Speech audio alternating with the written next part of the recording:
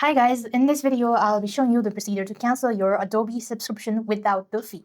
Now, canceling an Adobe Creative Cloud and annual subscription typically incurs a fee of up to 50% of your remaining contract balance if cancelled after the initial 14 days. Now, to bypass these fee, use the common plan switch workaround, which resets your 14-day cooling off period. What you want to do is log in or access your Adobe accounts page. So for that, you want to log into your Adobe, then tap the profile at the very top right. Once you go to this section, you then need to find the active subscription and select Manage Plans. You could just go ahead and select View All Plans or Manage Plan. Then instead of tapping on Cancel, you just want to choose Change Your Plan. Then you have to choose any different plan.